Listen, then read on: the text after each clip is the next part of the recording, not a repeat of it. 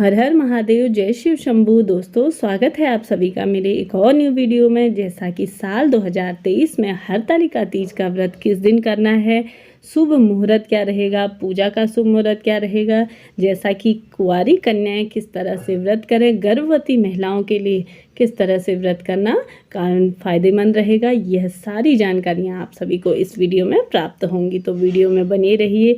जैसा कि यह व्रत काफ़ी कठिन व्रतों में से माना गया है, तो इसलिए मैं आप सभी को इस वीडियो में बात करूंगी कि किस तरह से आप सरल तरीके से, सरल नियमों से भी इस व्रत के फल को प्राप्त कर सकते हैं विधि विधान से। जैसा कि इस दिन गौरी, गणपति और साथ ही साथ शिव भोलेनाथ का पूजन करने का विधि विधान से नियम है। आप सभी भी फुलेरा का, जैसा कि फुलेरा का मंडप फूलों का बनाने का विशेष विधान है। इस दिन इसका निर्माण करके विधि विधान से शाम के समय में, जैसा कि प्रदोष काल के समय में इसकी पूजा का विधान है। आप सभी महादेव का जलाभिषेक करिए, साथ ही साथ माता गौरा को श्रृंगार की, सुहाग की जितनी भी सामग्री हैं, 16 सामग्री आप सभी उन्हें समर्पित कीजिए और खुद भी श्रृंगारित होकर के ही पूजन अवश्य से ही करना चाहिए।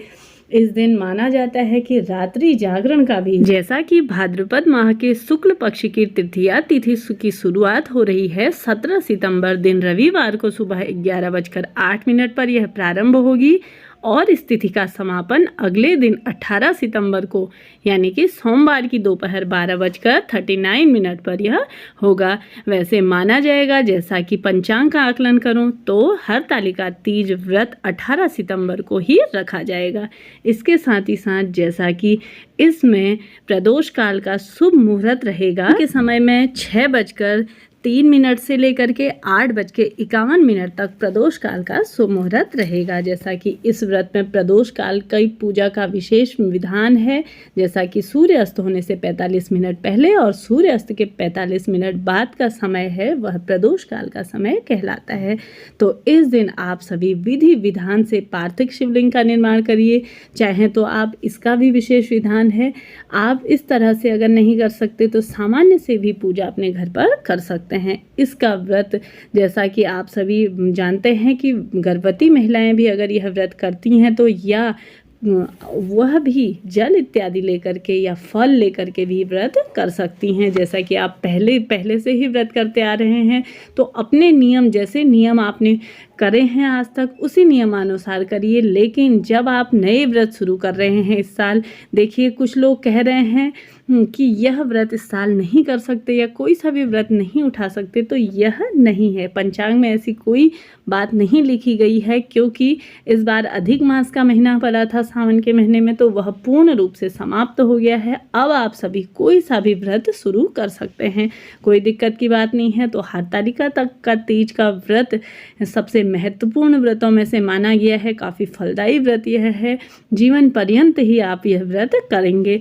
तो यह माना जाता है कि पीरियड इत्यादि में भी यह व्रत नहीं छोड़ना चाहिए। तो आप सभी, कोई भी शारीरिक रूप से परेशानी है, कोई कष्ट है, तो आप अपने तरीके से या नया व्रत शुरू कर रहे हैं तो आप कठिन नियमों के हिसाब से ना करें, अपने कठिन नियम ना चुनें, सरल से सामान्य से नियम भी आप चुन सकते हैं। जैसा कि पूजन के बाद आप फल या चाय इत्यादि भी ले सकते हैं, क्योंकि गर्भवती महिलाएं हैं, वह पूरा दिन यह व्रत इस तरह से नहीं कर सकती हैं। तो आप भी अपने लिए सरल से नियम लीजिए। साथ ही कुंवारी कन्याएं मनचाहा प्रेम विवाह के लिए भी यह व्रत करती हैं, तो वह भी पूर्ण रूप से, जैसा कि महादेव का श्रृंगार इत्यादि करिए और माता पार्वती को पूर्ण रूप से आप श्रृंगार का 16 श्रृंगार का सामान चढ़ा सकती हैं, या अपनी सुहागन सास इत्यादि जो भी हैं उन्हें आप पूर्ण रूप से विधि विधान से इस दिन शाम के समय पे, प्रदोष काल के समय पे आप पार्थिव शिवलिंग का पूजन करने के बाद अगले दिन सुबह, जैसे रात्रि जागरण का भी इस दिन विशेष विधान है, आप भजन पूजन इत्यादि अवश्य से करिए।